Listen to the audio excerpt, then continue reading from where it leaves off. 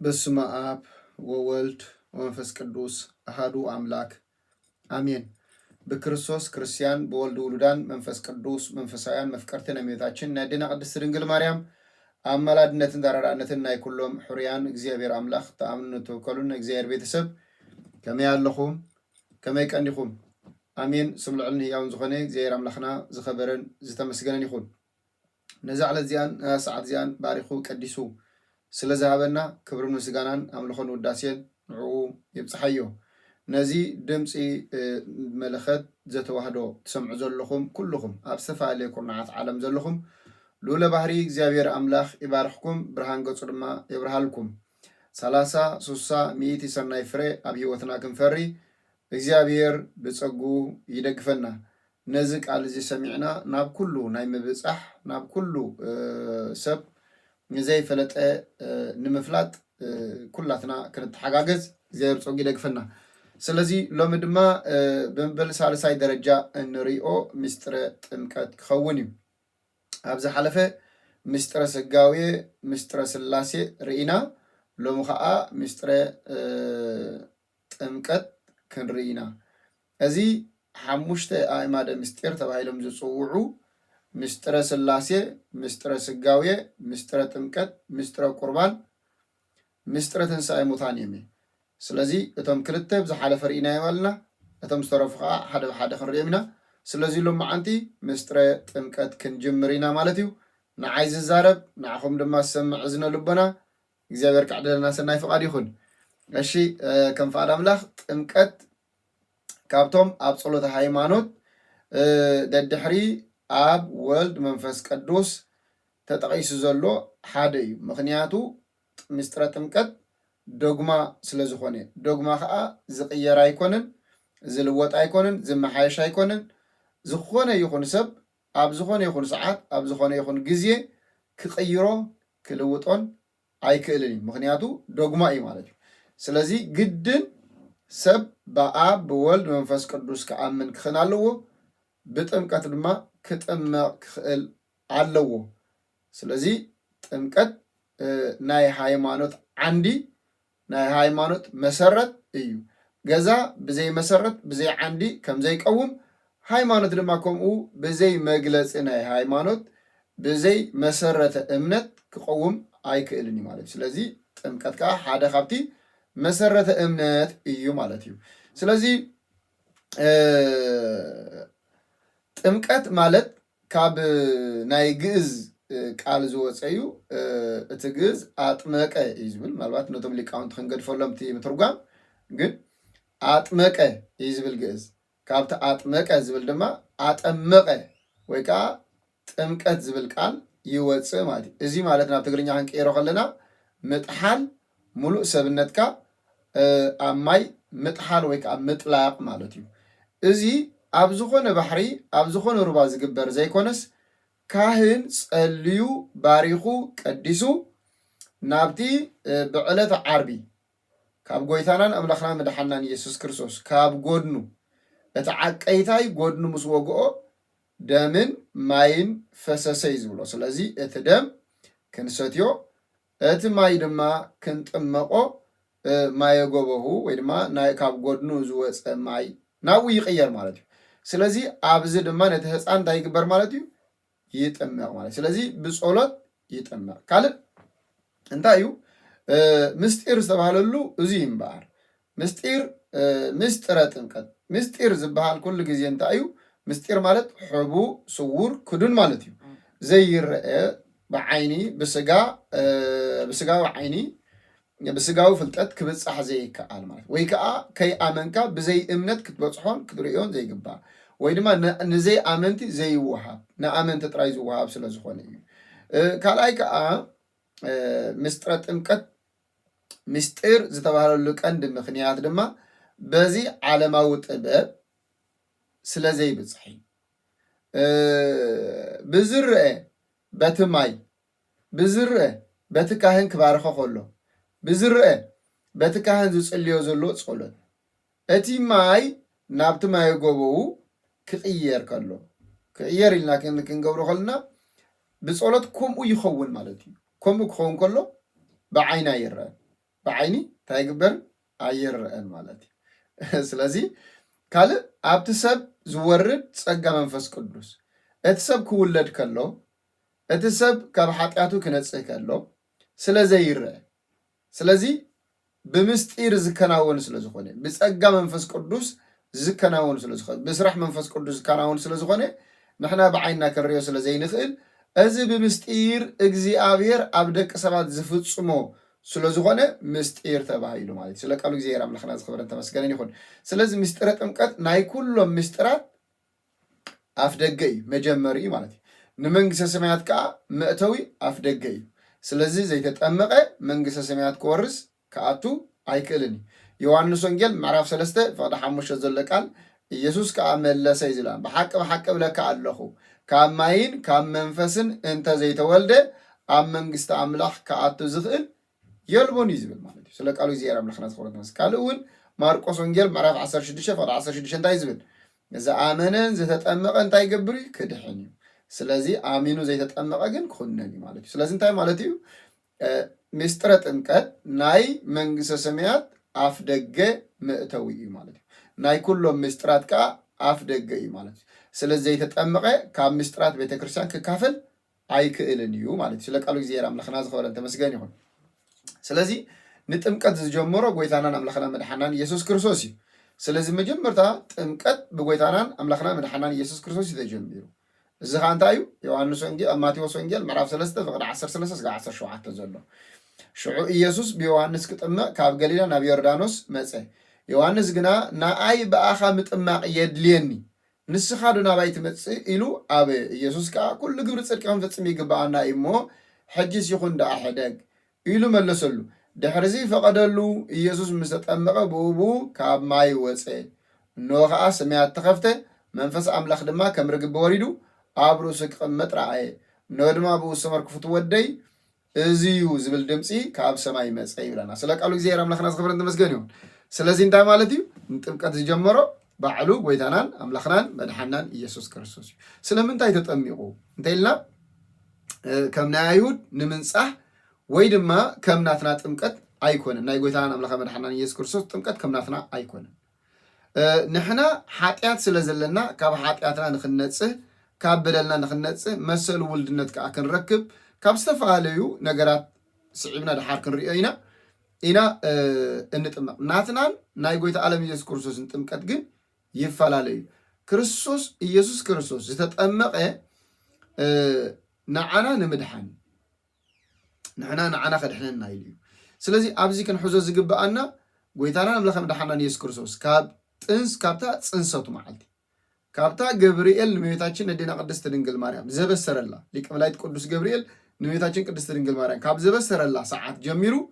ክሳብታ ናብ ሰማያት ዝዓረገላ ኣብ የማን አምላክ ከዓ ዝተቐመጠላ ሰዓት ኩሉ ዝገበሮ ንድሕነትና እዩ ማለት እዩ። ስለዚ ዝተወልዶን ንድሕነትና እዩ፣ ዝተጠመቆን ንድሕነትና እዩ፣ ዝጾሞን ንድሕነትና እዩ፣ ዝመሃሮ ወንጌል ንድሕነትና እዩ፣ ዝጸለዮ ንድሕነትና እዩ፣ ዝተሰቀሎ ንድሕነትና እዩ፣ ሕማሙ መከሩ ሞቱ ትንሳኤኡ ዕርገቱ እዚኦም ኩሎም ንድሕነትና ዝተፈጸሙ እዮም ማለት እዩ። ስለዚ ብቀዳማይ ደረጃ ንዓና ንምድሓን ዝገበሩ እዩ። ብድሕሩ ከዓ ንኣርኣያና ዝተገብሩ እዮም። ብድሕሩ ከዓ ትንቢት ንምፍጻም ዝተገብሩ እዮም ማለት እዩ። ስለዚ በዚ ንርአዮ ማለት እዩ። ካልኦት እውን ዝተፈላለዩ ነገር ክንውስኸሉ ንኽእልና ግን መይን ግን በዞም ሰለስተ ነገራት እዚኦም ተርኢናዮም እቲ ዝበለፀ ይኸውን ማለት እዩ። ስለዚ ጎይታና አምላክ መድኃናን ኢየሱስ ክርስቶስ ዝተጠመቀ ንዓና ንምድሓን እዩ እምበር ንሱ ከምቲ ነቢይ እግዚአብሔር ኢሳያስ ኣብ 53 ፍቅዲ 9 እከይ ዘገበረ ሓሶትካ ኣብ ኣፉ ኣይተረኽበን ኢልዎ ማለት እከይ ኣይገበረ ሓሶትካ ኣይተረኽበን ኢልዎ ቅዱስ ጴጥሮስ እውን ኣብ ቀዳማይ ጴጥሮስ ምዕራፍ 1:18 እንታይ ኢሉ ዘሎ እነሆ ብደም እቲ ኣበርን ርክሰትን ዘይብሉ ንጹህን ክቡርን ብደም ክርስቶስ እምበር ብጠፋኢ ብወርቂ ወይ ብሩር ኣይኮንኩምን ዝደሓንኩም ኢሉና ኣሎ ማለት እዩ ስለ ቃሉ እግዚአብሔር ብደም እቲ ኣበርን ርክሰትን ዘይብሉ ስለዚ ኣበር ርክሰት የብሉን ከምዚ ኢሳያስ ዝበሎ ኣብ ኣፉ ሓሶት ኣይተረኽብን በደል ዓመፃንካ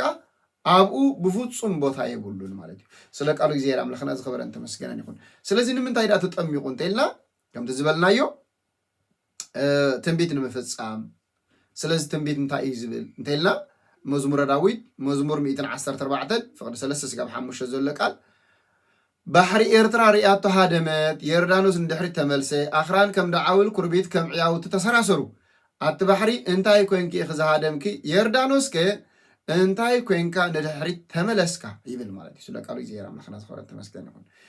ስለዚ ባሕሪ ኤርትራን እግዚአብሔር ሪኣ እንድሕሪት ሃደመት እስራኤላውያን ብባሕሪ ኤርትራ ክሰግሩ ከለዉ እዩ የርዳኖስ ከዓ ጎይታ ዓለም ኢየሱስ ክርስቶስ ኣብ ማእከል የርዳኖስ ምስ ቆመ እነሆ የርዳኖስ ተናወፀ እዩ ዝብሎ ማለት ስለ ቃሉ ከምቲ ዘማረ ዳዊት ኣብ መዝሙሩ 77:16 ኣምላኽ ማያት ረኣዩኻ ተሸበሩ እውን እዎ መዓሙቕ ተናወፀ ከም ዝበሎ ተናወፀ ማለት እዩ ስለዚ እዚ ትንቢት እዚ ንምፍጻም ጎይታ ዓለም ኢየሱስ ክርስቶስ ኣብ የርዳኖስ ተጠሚቁ ማለት እዩ ካልእ ምሳሌ ንምፍጻም ምሳሌነቱ እንታይ እቲ ምሳሌ እዩ ንዝብል ብዙሕ ምሳሌታት እዩ ዘሎ ግን ካብኦም ገለ ሰለስተ ዝኾኑ ምሳሌታት ክነግረኩም ማለት እዩ ሓደ ኣብ ኦሪት ዘፍጥረት ምዕራፍ 14:18 ዘሎ ቃል እዩ ስለዚ ኣቦና አብርሃም ዮርዳኖስ ተሳጊሩ ንመልከ ጸዴቅ ከም ዝረኸቦ መልከ ጸዴቅ ከዓ እቲ ኣብ ብሉይ ኪዳን ኮይኑ ናይ ሓድሽ ኪዳን መስዋዕቲ ዘቐርብ ዝነበረ ምሳሌ ናይ ጎይታናን ኣምላኽና መድሓናን ኢየሱስ ክርስቶስ ዝኾነ እዩ ማለት እዩ ስለዚ አብርሃም ንኩሉ ሰብ ወኪሉ የርዳኖስ ተሳጊሩ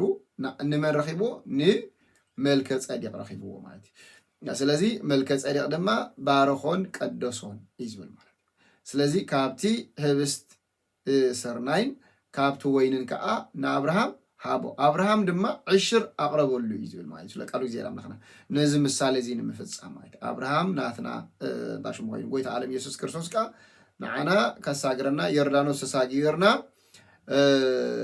ነዚ ህብስተ ህይወት ነዚ ጽዋ መድሃኒት ዝኾነ ስግኡን ደሙን ክንወስድ ተጠሚቕና ክንወስድ ከዓ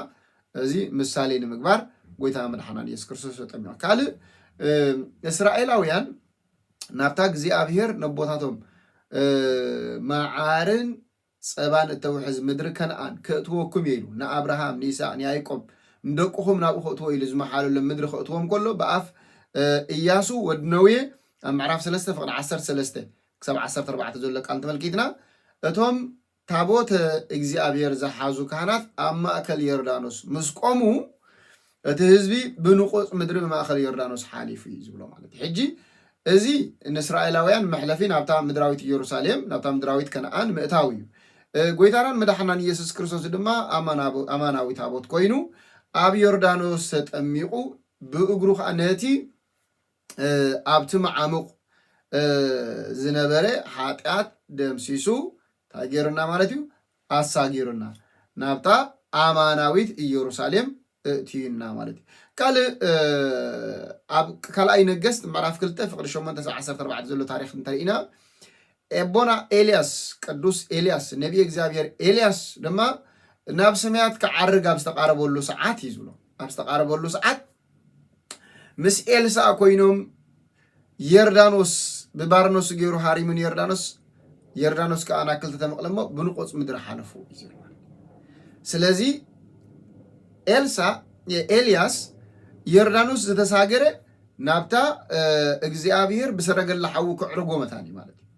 ስለዚ ንሕና እውን ብጥምቀት ክንሓልፍ ስለዝግባአና ነዚ ምሳሌ እዚ ክነግረና ጎይታ መድሓናን ኢየሱስ ክርስቶስ ነዞም ምሳሌታት እዚኦም ንምፍጻም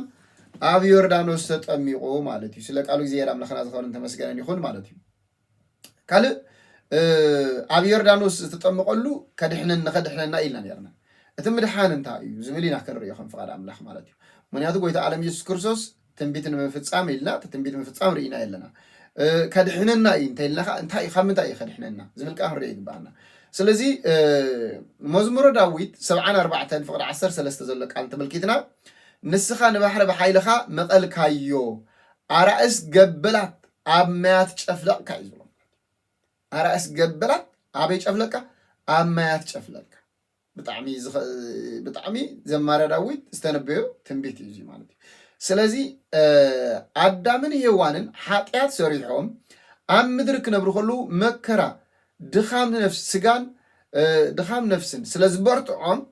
ديابلوس كابزي كقلل لكمي اندحري أدام قبرو لديابلوس هيوان آمتو لديابلوس إلكم من تصحيفكم لي أنا خاء كقلل لكمي إلوهم سلاز نبري حدا أتي أدامن هيوانن ناي ديابلوس أقل قلتي زبل أب يردانوس تحدا خاء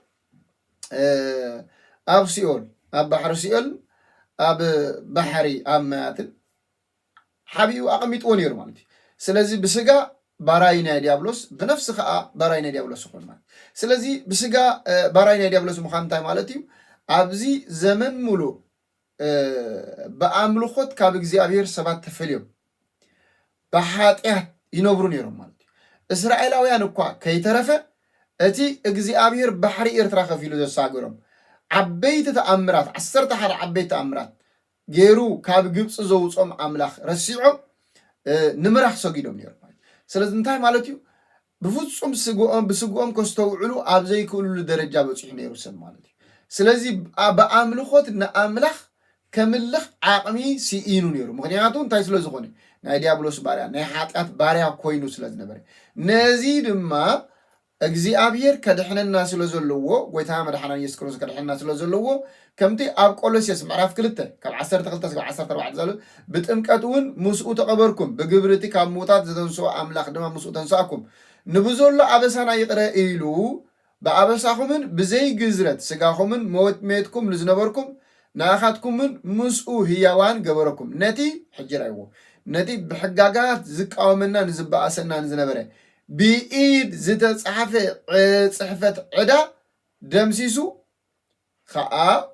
ንኡ ብመስቀል ሸንኪሩ ካብ ማእከልና ኣርሓቆ ይብል ማለት ስለ ቃሉ እግዚአብሔር ኣምላኽና ዝኽበረ ተመስገን ስለዚ ነዚ ብኢድ ዝተጻሕፈ ናይ ዕዳ ደብዳቤ ንዑ ኣብ ዮርዳኖስ ኮይኑ እንታይ ገይሩ ማለት ቀዲዱልና ደምሲሱልና ነቲ ካልኣይ ድማ ተሰቂሉ ሓሚሙ መከራ ተቐቢሉ ተንሲኡ ኣብ ሲኦል ወሪዱ ድማ ነተን ነፍሳት ኩለን ኣውፂኡ ወዲ ዝብል ስለዚ ኣብ ምድሪ ከምቲቶም መላእኽቲ ደጊም ንሰብ ሰላም ኮይኑ ኢሎም ዘበሰርዎ ከምኡ ንሰባት ኣብ ምድሪ ሰላም ኮይኑ ማለት እዩ ኣብ ሰማያት ከዓ ሰላም ንዓኹም ይኹን ብምባል ደጊም ንክርስቶስ ተኣምን ነፍሲ ብክርስቶስ ተጠሚቓ ህያውቲ ዝኾነት ነፍሲ ናብ ሲኦል ትወረድ የላን ብምባል ካብ ሲኦል እንታይ ገይርና ማለት እዩ ኣድሒኑና ማለት እዩ ስለ ቃሉ እግዚአብሔር ኣምላኽና ዝኽበረን ተመስገን ምክንያቱ ዮርዳኖስ ኣብ ላዕሊ ሓደ እዩ ካብ ላዕሊ ሓደ ኮይኑ መፅኡ ድሓር ግን ኣብ ክልተ ይምቀምቀል ዮርዳኖስን ተባሂሉ ይፅዋዕ ስለዚ ኣብ ታሕቲ ምስ ወረደ ከዓ ኣብ ሓደ ይኸውን ዮርዳኖስ ተባሂሉ ድማ ይፅዋዕ ኣብዚ ዮርዳኖስ ዝበሃል ድማ ጎይታ ተጠሚቑ ደቂ ኣዳም ካብ መጀመርታ ሓደ እዮም ነይሮም ኣዳም ዝወለዶም ሓደ ሰብ ኩሉ ሓደ እዩ ድሓር ግን ኣማንን ዘይኣማንን ግዙሩን ዘይግዙሩን ተባሂሉ ተፈላለዩ ነይሩ ብክርስቶስ ግን ሓደ ኮይኑ ማለት እዩ ድሕሪ ጥምቀት እንታይ የለን ማለት እዩ ክልተ ዝበሃል የለን ኤፌሶን ምዕራፍ 2 ካብ 13-14 ዘሎ እንታይ ዝብል ነቶም ክልተ ሓደ ዝገበረ ሰላምና እዩ ኢሉ ማለት እዩ መን እዩ ኢየሱስ ክርስቶስ ማለት ነቶም ክልተ ሓደ ዝገበረ እንታይ እዩ ሰላምና እዩ ከመይ ብክርስቶስ ጠመቁም ዘበልኩም ንክርስቶስ ለቢስኩም ወይኹም እሞ ኩልኹም ብክርስቶስ ኢየሱስ እንታይ ኢኹም ይብለና ሓደ ኢኹም ይብለና ማለት እዩ ገላትያ ምዕራፍ 3 ፍቅዲ 17 ዘለካ ስለዚ ሓደ ገይሩና ማለት እዩ ብጥምቀት ብዮርዳኖስ ሓደ ገይሩና ስለዚ ጎይታ ዓለም ኢየሱስ ክርስቶስ ንዓና ንምድሓን ኣብ ዮርዳኖስ ተጠሚቑ ማለት እዩ ስለ ቃሉ እግዚአብሔር ኣምላኽና ዝኽበረን ተመስገን ይኹን ንቀዳማይ ክፋል ኣብዚ ከኣኽለና እዩ ካልኣይ ክፋል ድማ እቲ ንኣርኣያና ዝብል ክንሪኦ ኢና እግዚአብሔር ስለሰማዓኩምኒ ኣብ ትገብርዎ ጸሎት እግዚአብሔር ስማዓኩም ስብሐት ለእግዚአብሔር ለወላዲቱ ድንግል ለመስቀሉ ክብር ተአክቦት ወይሰባ ስሙ ለእግዚአብሔር አምላክነ ወትሩ በኩሉ ጊዜ ወበኩሉ ሰዓት አሜን።